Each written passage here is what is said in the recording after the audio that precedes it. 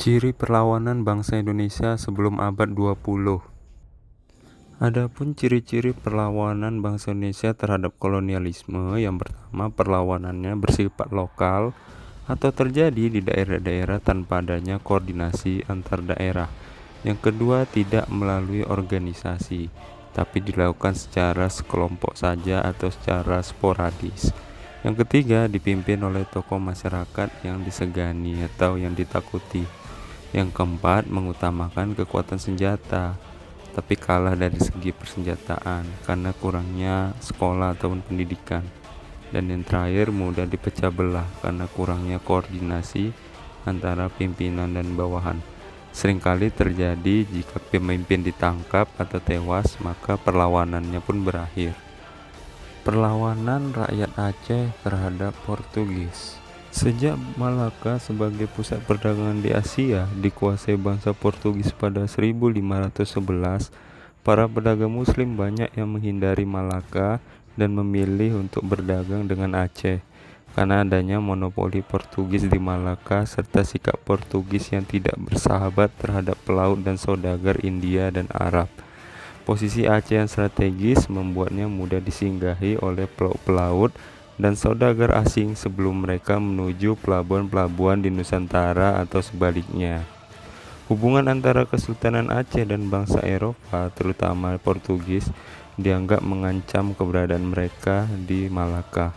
Sikap Kesultanan Aceh di bawah Sultan Ali Muyagat Shah, yaitu Sultan yang hidup pada 1514 sampai 1528, menentang kehadiran bangsa Portugis di Malaka. Tokoh perlawanan setelah Sultan Ali Muyagat Shah yaitu Sultan Iskandar Muda pada tahun 1607 sampai 1636 yang menyerang bangsa Portugis di Malaka pada 1629. Tetapi gagal. Perjuangan rakyat Aceh mengusir Portugis terus berlanjut di bawah Sultan Iskandar Sani. Malaka akhirnya jatuh ke tangan VOC pada tahun 1641. Perlawanan terhadap Portugis juga terjadi di wilayah Maluku, di mana latar belakangnya monopoli perdagangan oleh bangsa Portugis yang pertama kali datang ke wilayah Maluku pada tahun 1512 untuk membeli cengkeh dan pala. Jadi bangsa Portugis melakukan campur tangan terhadap urusan Kesultanan Ternate dan Tidore. Penyebaran agama Katolik juga menjadi polemik di tengah masyarakat Maluku yang beragama Islam. Salah satu tokoh penyebar agama Katoliknya yaitu Franciscus Saverius. Tokoh perlawanan rakyat Maluku antara lain Sultan Hairun. Sultan Hairun ditangkap melalui suatu perlindungan budaya dan dihukum mati pada tahun 1570 oleh bangsa Portugis, dan dilanjutkan perjuangannya oleh anaknya yaitu Sultan Babullah yang kemudian menggempur benteng Portugis di Ternate. Selain Aceh dan Maluku, rakyat Demak juga melakukan perlawanan terhadap bangsa Portugis. Hal ini karena monopoli bangsa Portugis di Malaka yang menghambat perdagangan para pedagang muslim, termasuk para pedagang dari Demak. Kerjasama antara bangsa Portugis dan Pajajaran yang mengancam kekuasaan Kesultanan Demak.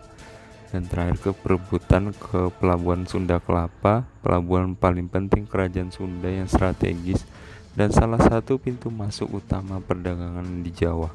Perlawanan rakyat di Demak dimulai sejak masa pemerintahan Raden Patah yang mengutus Pati Unus untuk menyerang bangsa Portugis di Malaka pada 1512 dan 1513. Namun usaha ini masih gagal.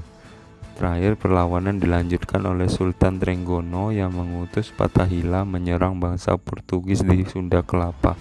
Pada 22 Juni 1527, bangsa Portugis di bawah Francisco Deza berhasil diusir dari Sunda Kelapa.